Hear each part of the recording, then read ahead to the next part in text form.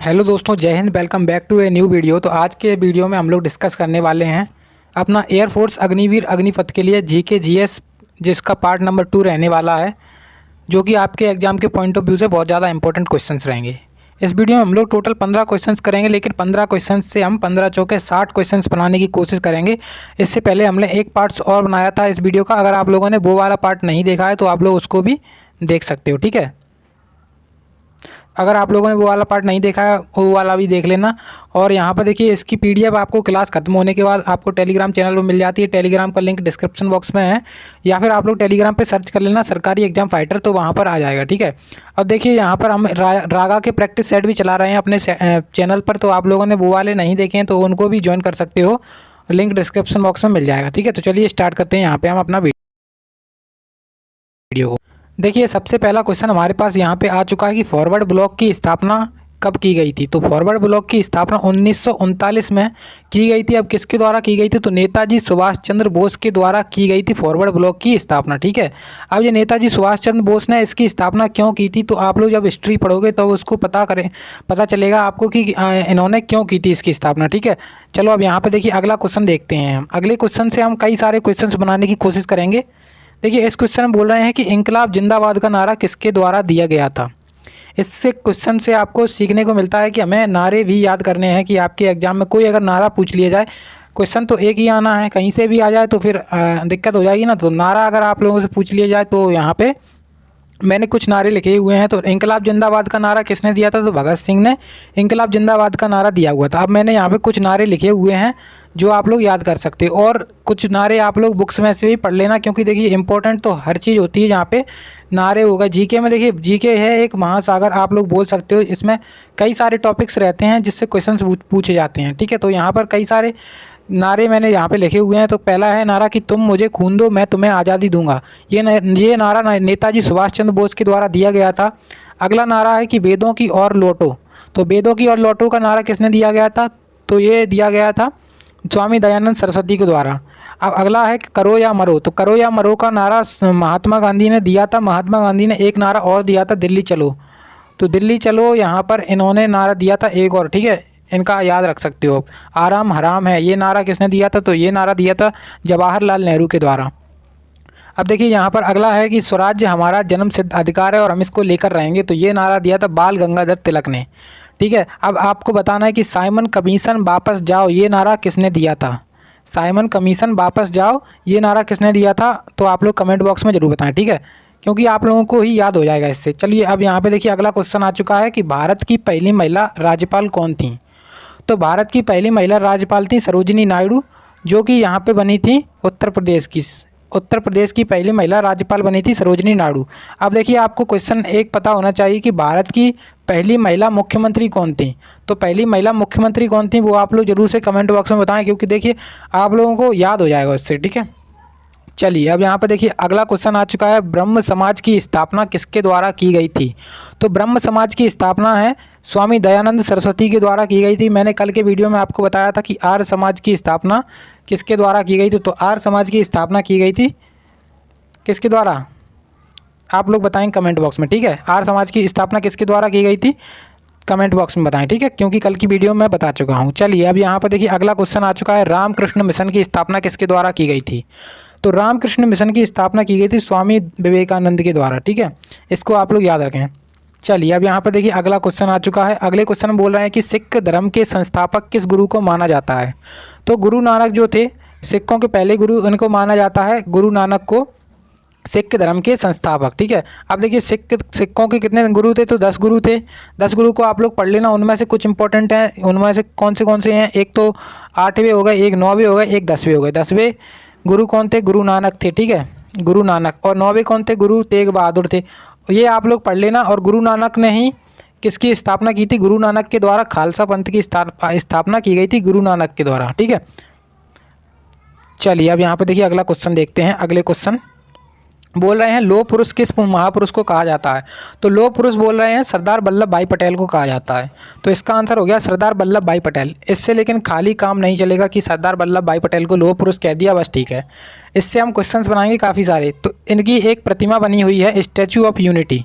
देखिए मैंने यहाँ पर लिख भी दिया है इसका जिससे मुझे याद रहा है कि मैं आपको बताना है कि स्टैचू ऑफ यूनिटी, तो स्टैचू ऑफ यूनिटी कहाँ बनी है? गुजरात में बनी है, गुजरात में, ठीक है। और गुजरात में इसकी ऊंचाई कितनी है? तो इसकी ऊंचाई है 182 मीटर।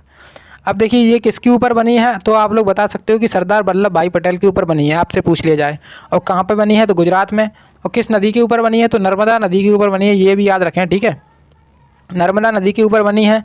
और कौन सा द्वीप है ये आप कमेंट बॉक्स में बताएंगे। और इसके वास्तुकार कौन है वो मैं बता दूंगा। तो इसके वास्तुकार हैं यहाँ पर, वास्तुकार कौन है इसके? राम सुतार, राम सुतार।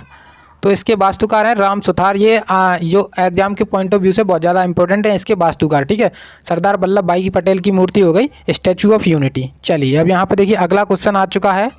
अगला क्वेश्चन यहाँ पे आपके सामने है कि दिल्ली में स्थित लाल बहादुर शास्त्री की समाधि स्थल का क्या नाम है? तो दिल्ली में स्थित लाल बहादुर शास्त्री के समाधि स्थल का नाम है विजय घाट। अब देखिए एक समाधि स्थल से कुछ नहीं होने वाला है, हमने यहाँ पे कुछ और समाधि स्थल भी रखे हैं जिनको आप लोग याद कर लें अच्छे से, ठीक है। तो यहाँ पे देखिए इंदिरा गांधी का समाधि स्थल क्या है?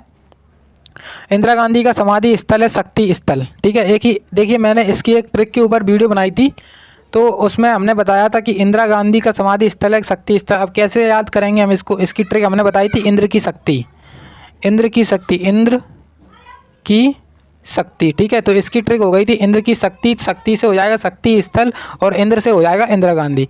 और राजीव गांधी की हमने बनाई थी ट्रिक, राजीव गांधी की क्या है? वीर भूमि समाधि स्थल है। लेकिन राजीव गांधी की हमने ट्रिक क्या बनाई थी? तो राजीव गांधी की ट्रिक बनाई थी वीर है राजीव, वीर है राजीव, ठीक है। वीर है राजीव, ये हो गई राजीव गांधी की समाधि स्थल की ट्रिक।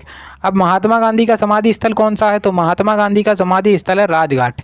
इसकी ट्रिक थी कि बापू करे शांत, बापू करे राज, ठीक है। तो राजघाट हो गई इसकी ट्रिक। अगर आप लोगों ने ट्रिक वाली वीडियो नहीं देखी तो उसको भी देख सकते हो, ठीक है, चैनल पर पड़ी हुई है बहुत पहले की।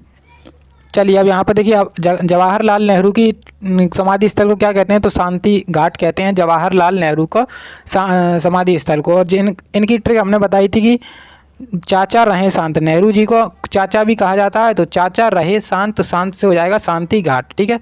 और अगला है ज्ञानी जैल सिंह, ज्ञानी जैल सिंह की समाधि स्थल है एकता स्थल। इसको कैसे याद करेंगे? तो जेल में एकता, आप लोग इसको याद कर लेना, जेल में एकता, ठीक है। तो जेल में एकता होती है तो जेल से हो जाएंगे ज्ञानी जैल सिंह और एकता से हो जाएगा एकता स्थल, ठीक है। अगला है किसान घाट और चैत्रा भूमि, ये आपको बताने हैं कमेंट बॉक्स में। किसान घाट और चैत्रा भूमि किसके समाधि स्थल है? कमेंट बॉक्स में जरूर बताएं, क्योंकि देखिए आप लोगों को अगर याद हो गया, एक बार आप लोग कोई चीज़ लिख देते हो तो उसको नहीं भूलते हो, ठीक है, याद करके। चलिए अब यहाँ पर देखिए अगला क्वेश्चन हमारे पास आ चुका है। तो अगला क्वेश्चन है कि महाभारत के रचयिता कौन है? तो महाभारत के रचयिता हो गए महर्षि वेद व्यास। अब रामचरितमानस के रचयिता कौन है? रामचरितमानस, तो इसके रचयिता कौन है ये भी आप कमेंट बॉक्स में बताएं। यहाँ पे अगला क्वेश्चन आ चुका है कि अर्थशास्त्र के रचयिता कौन है? तो अर्थशास्त्र के रचयिता अगर आपसे पूछा जाए तो इनके रचयिता हैं चाणक्य, या फिर आप इनको बोल सकते हो कौटिल्य, या फिर इनका नाम है विष्णुगुप्त। तो आपको कन्फ्यूज नहीं होना है, इनके 3 नाम है, चाणक्य, कौटिल्य और विष्णुगुप्त, ठीक है। चलिए अब यहाँ पे देखिए अगला क्वेश्चन आ चुका है हमारे सामने। संविधान सभा के स्थायी अध्यक्ष कौन थे? तो संविधान सभा के स्थायी अध्यक्ष डॉक्टर राजेंद्र प्रसाद को बनाया गया था जब संविधान सभा की दूसरी बैठक हुई थी। तो दूसरी बैठक हुई कब थी? तो उसे हमें पता चलना चाहिए। तो संविधान सभा की देखिए पहली बैठक हुई थी 9 दिसंबर 1946 को, ठीक है, जिसमें अस्थायी अध्यक्ष के रूप में डॉक्टर सच्चिदानंद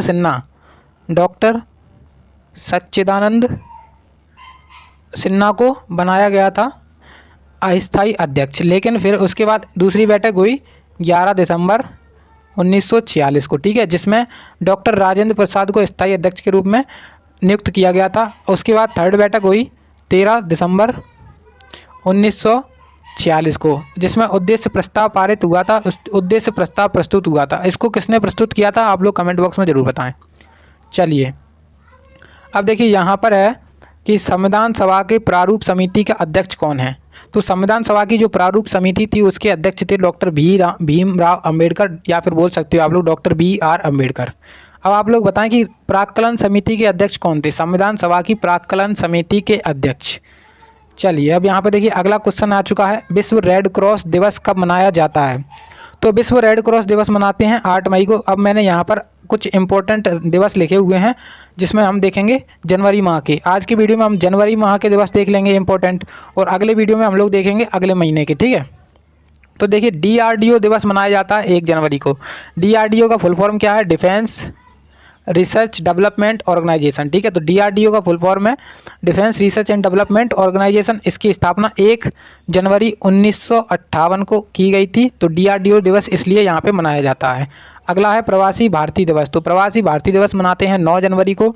उसके बाद है भारतीय सेना दिवस यानी कि Indian army day. Indian army day को 15 जनवरी को मनाया जाता है।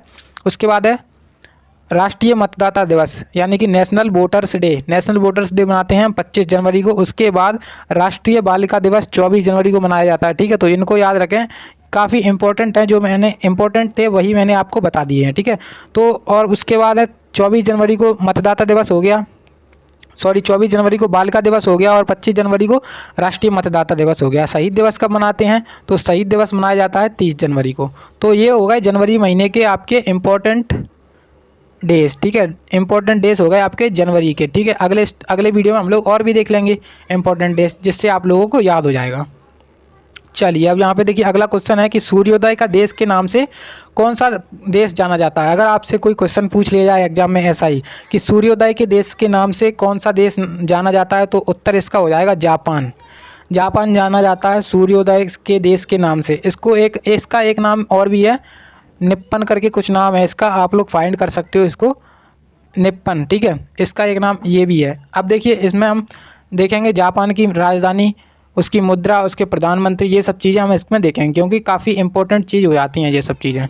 तो देखिए जापान की मुद्रा क्या है? जापान की मुद्रा यहाँ पे मैंने लिखी हुई है येन, और उसकी राजधानी यहाँ पे लिखी हुई है टोक्यो।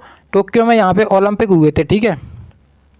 टोक्यो में क्या हुए थे? ओलंपिक हुए थे अपने 2020 के ओलंपिक हुए थे, जिसमें भारत ने कितने पदक जीते थे? तो भारत ने 7 पदक जीते थे, ठीक है। भारत ने कितने पदक जीते थे? 7 पदक जीते थे। आप सभी को पता होगा, अगर नहीं पता है तो पता कर लीजिए क्योंकि काफ़ी इंपॉर्टेंट है ये करंट के पॉइंट ऑफ व्यू से। अब देखिए प्रधानमंत्री की बात करें जापान के, तो जापान के प्रधानमंत्री हैं फूमियो किशिदो। फूमियो किशिदो जापान के प्रधानमंत्री हैं। चलिए अब यहाँ पर देखिए अगला क्वेश्चन देखते हैं हम। तो अगले क्वेश्चन बोल रहे हैं ओणम किस राज्य का प्रसिद्ध त्यौहार है। देखिए कई बार क्या होता है एयरफोर्स में त्यौहार भी पूछ लिए जाते हैं। तो ओणम है अपना केरल का त्यौहार। केरल है, केरल की राजधानी हमें पता है, तो केरल की राजधानी है तिरुवनंतपुरम, ठीक है। तो केरल की राजधानी हो गई तिरुवनंतपुरम। उसके बाद यहाँ पे देखिए केरल के मुख्यमंत्री मैंने यहाँ पे लिखा हुआ है पिनरई विजयन है। देखिए मैं इसलिए लिखता हूँ क्योंकि आपको सभी को याद हो जाए। इससे अगर आप लोग एक बार में याद करते हो, जैसे सभी राज्यों के आपने मुख्यमंत्री और राज्यपाल याद कर लिए, तो आपको ऐसे याद नहीं होंगे। कई बार क्या होता है आप लोग उसको भूल जाते हो, लेकिन अगर आप लोग एक एक करके उनको अच्छे से याद करते हो तो आपको हमेशा के लिए याद बने रहते हैं, ठीक है। तो पिनरई विजयन होगा ये केरल के मुख्यमंत्री, और राज्यपाल कौन है? तो राज्यपाल हैं आरिफ मोहम्मद खान। मैं इसलिए यहाँ पे लिखा रहा हूँ क्योंकि क्वेश्चन तो यहीं से आ जाता है कि इस राज्य के मुख्यमंत्री का नाम बताएं, इस प्रकार से, ठीक है। तो अब आपको कमेंट बॉक्स में बताना है कि आंध्र प्रदेश के मुख्यमंत्री का नाम क्या है? आंध्र प्रदेश, ठीक है। आंध्र प्रदेश के मुख्यमंत्री कौन है? कमेंट बॉक्स में ज़रूर बताएं। चलिए अब यहाँ पर देखिए अगला क्वेश्चन देखते हैं। तो अगला क्वेश्चन आ चुका है, क्षेत्रफल की दृष्टि से सबसे छोटा राज्य कौन सा है? तो क्षेत्रफल की दृष्टि से सबसे छोटा राज्य है गोवा, और क्षेत्रफल की दृष्टि से सबसे बड़ा की बात करें हम, सबसे बड़ा, तो सबसे बड़ा है अपना राजस्थान, ठीक है, राजस्थान। अब हम देखिए गोवा की बात करें तो गोवा के मुख्यमंत्री, गोवा के राज्यपाल, ये हमें सभी पता होने चाहिए। तो गोवा के मुख्यमंत्री कौन है? तो गोवा के मुख्यमंत्री हैं प्रमोद सावंत, और गोवा के राज्यपाल कौन है? गोवा के राज्यपाल हैं सतपाल मलिक। और इसकी राजधानी क्या है? इसकी राजधानी है पणजी। तो इसको भी हम लोग आसानी से याद कर सकते हैं। तो ये सभी चीज़ें हो गई आपके लिए, ये हो गई वीडियो पूरी आपकी। और आप लोगों को अगर वीडियो अच्छी लगी हो तो प्लीज़ वीडियो को लाइक करें, और एयरफोर्स बाई ग्रुप के प्रैक्टिस सेट के लिए चैनल को सब्सक्राइब जरूर कर लें, क्योंकि प्रैक्टिस सेट चल रहे हैं जिनकी लिंक वीडियो के डिस्क्रिप्शन बॉक्स में मिल जाएगी, आप लोग वहां से जाके देख सकते हो। और सब्सक्राइब करने के साथ साथ बेल आइकन को जरूर दबा लेना, क्योंकि आपके पास नोटिफिकेशन चला जाए वीडियो का। तो चलिए मिलते हैं अगले वीडियो में।